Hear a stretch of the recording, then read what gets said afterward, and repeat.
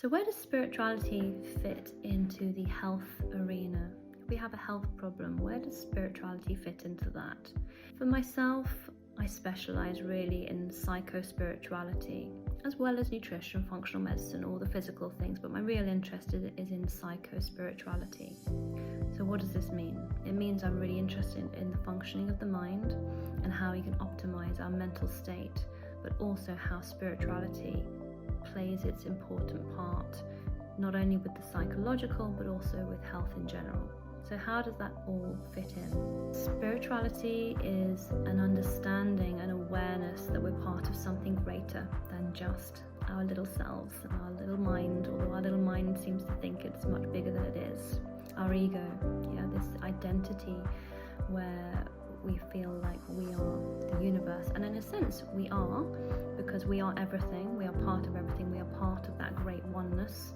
So in a sense we are, absolutely enormous, but it's the ego that likes to really take control, and that it actually blocks our real connection, our deeper connection to that oneness, to that true unity that is available to us. So how does that fit in with health? Now, without spirituality, we simply think we are born, we go to school, we get a job, we get married, we have a family, and then the rest of our lives are spent enjoying our wealth and enjoying our family, And if you've ticked all those boxes and done all those things, well done, you've led a successful life. And this is very much showing us that life is a destination. But it's so easy to fall at any of those tick boxes, at any of those hurdles. So easy for the job not to go right, it's so easy for the marriage not to go right, it's so easy for the family not to go right, it's so easy for, wealth and everything else to go right. So there's so many possible points of failure, and then we can really live the rest of our lives in despair and feeling like we failed. So that doesn't really sound like a great deal for most people. Whereas within from a spiritual perspective, it's about the soul journey. So the soul comes into this body. We recognize that this body is just temporary, whereas the soul's journey is eternal, it's infinite, and all the spiritual wisdom traditions will talk about this.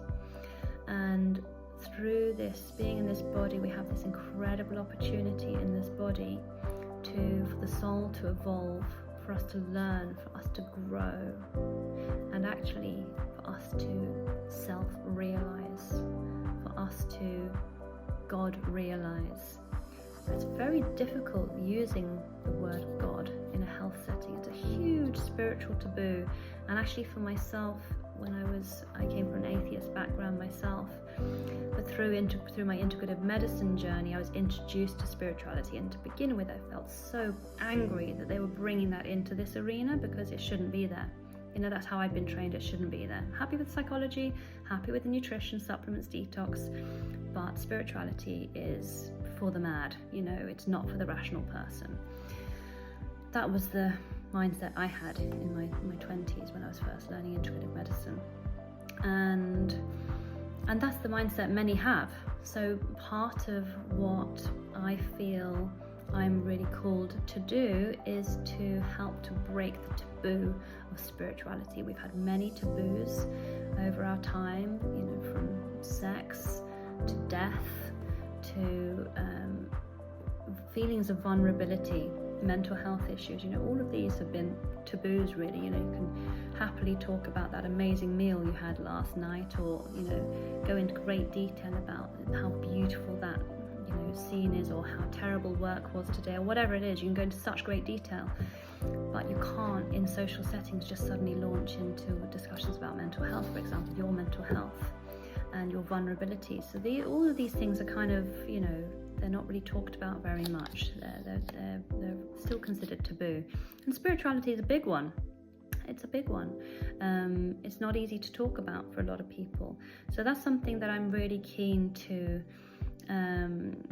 help us all to break free of in this life. Because actually, when people come into a health crisis, or they come through some other means of suffering and pain, that is often when they will start to get in touch with their own spirituality.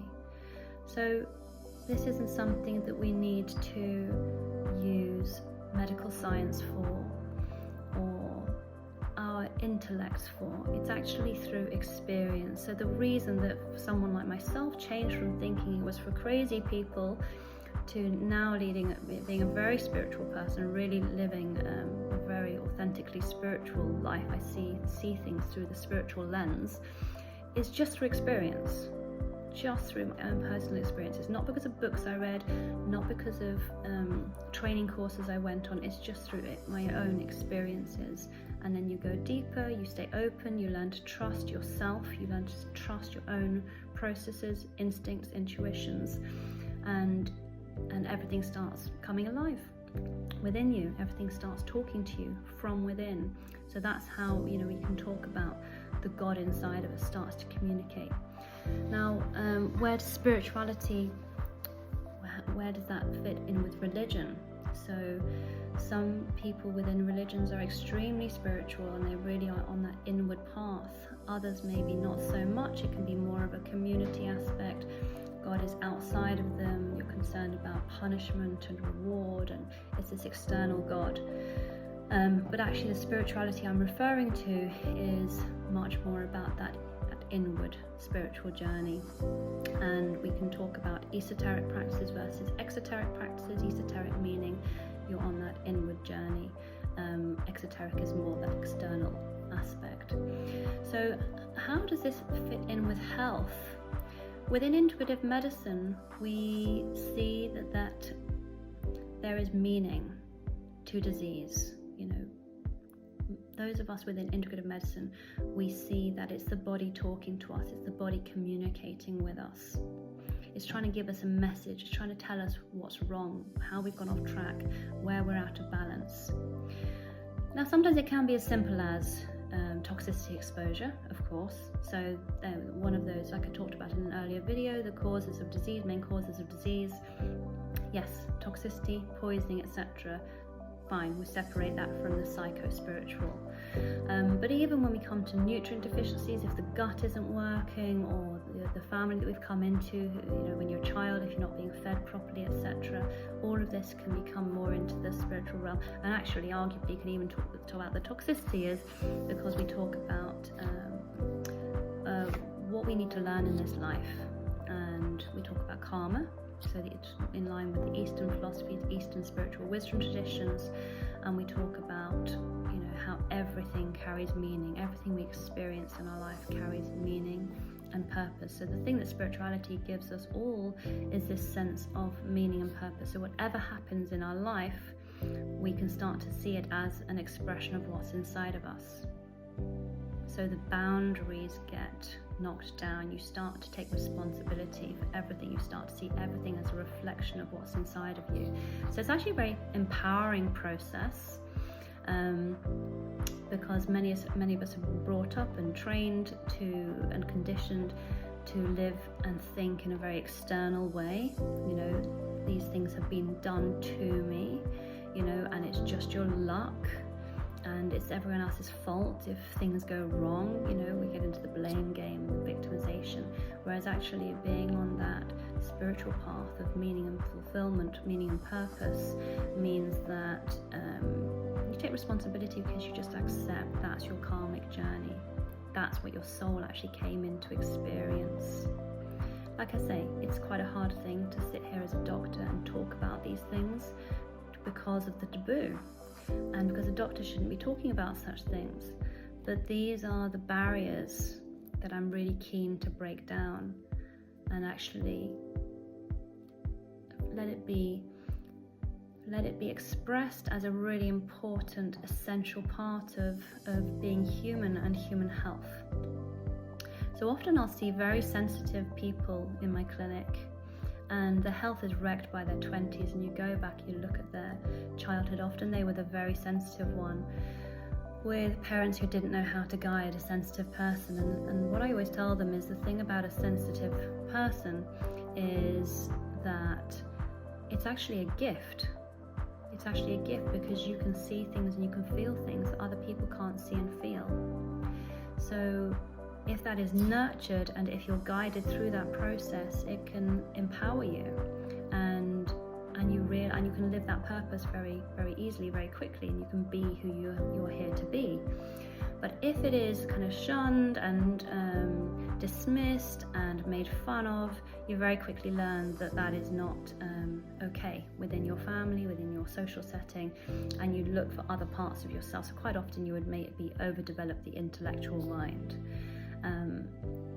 because that's what's accepted, that's what's celebrated. You know, you can get achievements, you can attain that way, whereas through just being sensitive, it's, you don't get the same praise and applause. So they go into their intellectual mind, they cut off from their body, they start to live from the neck up, and over time their body just starts complaining more and more and more because they're not paying attention, they're not being in the body, they're not being what they're here to be. So sometimes just that conversation can be very freeing for people and very empowering, and they realize that they don't need to try and be anyone else anymore. They can actually just embrace being themselves. But that can be a real journey because you shut it down when you were a child, and now you're in your 20s, 30s, 40s, 50s, 60s plus. So that can be a real journey in itself, but it's a very fulfilling, very rewarding journey, and people can feel better very quickly through being on that journey because it's part of their innate nature, it's a part of what they really are. So from the spiritual perspective, instead of all those possible points where we can fail, marriage, job, whatever, all those tick boxes, where life is a destination, we get to enjoy your wealth and your family, you've made it, which so many people don't. Instead of that view, the spiritual view is very much life as a journey. So every single moment is there for you to learn and grow through. And the whole purpose really is to self-realize, to God-realize, to realize you are at one with everything and everyone in the whole universe. God is inside, God is outside, God is everything.